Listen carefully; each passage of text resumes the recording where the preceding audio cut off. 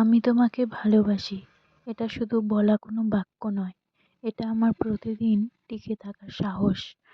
তোমাকে ভেবেই রাতের ক্লান্তি নামে আমার সব নীরবতার ভেতরে। তোমার নামই সবচেয়ে জোরে শোনা যায়, তাই তো বলি তুমি আমার বেঁচে থাকার কারণ। হে হাই এভরিওয়ান, গুড মর্নিং সবাইকে। তোমরা সবাই কি করছো, কেমন আছো? এই দেখো, আজকের দিনটা তো আমি শুরু করে দিয়েছি পুজো দিয়ে।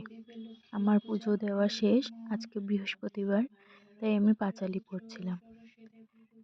পুজো দেওয়া কমপ্লিট করে আমি চলে যাই সোজা রান্নাঘরে। তোমরা কে কি করছো জানিও।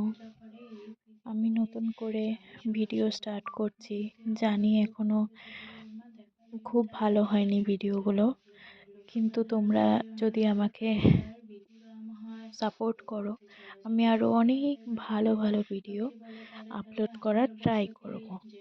প্লিজ তোমরা সবাই আমার পাশে থেকো।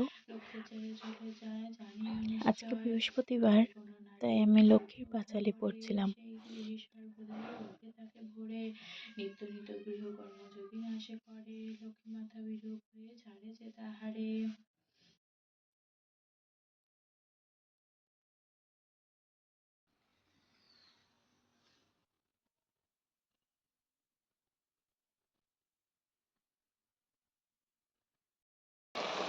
পুজো শেষ করে সোজা রান্নাঘরে চলে এলাম।